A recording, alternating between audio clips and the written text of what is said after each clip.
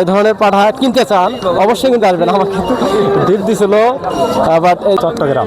চট্টগ্রাম মানে এখান থেকে আবার ওখানে বিক্রি করে। কিছু মানুষ তো খাওয়ার জন্যও নেয় না। খাওয়ার জন্য। আর দেখেন আমি প্রত্যেকটা পাঠা আমি দেখাইতেছি, এটার দাম 1,20,000। আমি এখন এনায়তপুর হাটে আছি, সেই বিখ্যাত এনায়তপুর হাট। এখানে আমরা পাঠা দেখতে পাচ্ছি ভাই, একটা পাঠার দাম শুনলে আপনারা অবাক হবেন। এই যে এই পাঠা দেখেন শক্তি কি দেখেন, কত শক্তি। একটু নিয়ে আসেন এদিকে ভাই। 120 ভাই এটা।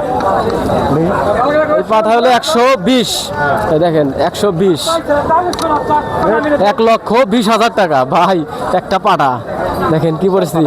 আপনি কোথা থেকে আসছেন পাঠা? ওজনই আছে। কোন থেকে আনছেন? আমি সিরাজগঞ্জ থেকে আইছি। সিরাজগঞ্জ। এই পাঠা বিক্রি করলে কোথায় যাবে? চট্টগ্রাম। চট্টগ্রাম মানে এখান থেকে আবার ওখানে বিক্রি করে। কিছু মানুষ তো খাওয়ার জন্যও নেয় না। খাওয়ার জন্য। আর দেখেন আমি প্রত্যেকটা পাঠা আমি দেখাইতেছি, এটার দাম 1,20,000। আর এটার চাইতে যে এটার একটু সাইজ মানে এটার একটু সাইজ একটু ভালো। আর এটার দাম চাচ্ছে হলো 1,50,000 টাকা। আর এই যে এটা চাচ্ছে 70,000। এটার কালারটা খুবই ফাইন, আমার কাছে খুব পছন্দ হইলো। আর এটাও মনে হয় 70,000 না? এটাও 70,000 ভাই। প্রত্যেকটা পাটার যে এত দাম, আর এখান থেকে বিক্রি করে কিছু মানুষ চিটাগাং নিয়ে যাচ্ছে বিক্রি করার জন্য। ভাই আপনি কিসের জন্য আসছেন? আমি দেখতে আসছেন? কাস্টমার না কিনবেন নাকি? না না না কিনবেন না। যাই হোক, কাস্টমার দেখতে আসছে খুবই সুন্দর সুন্দর পাটা এনায়তপুর হাটে।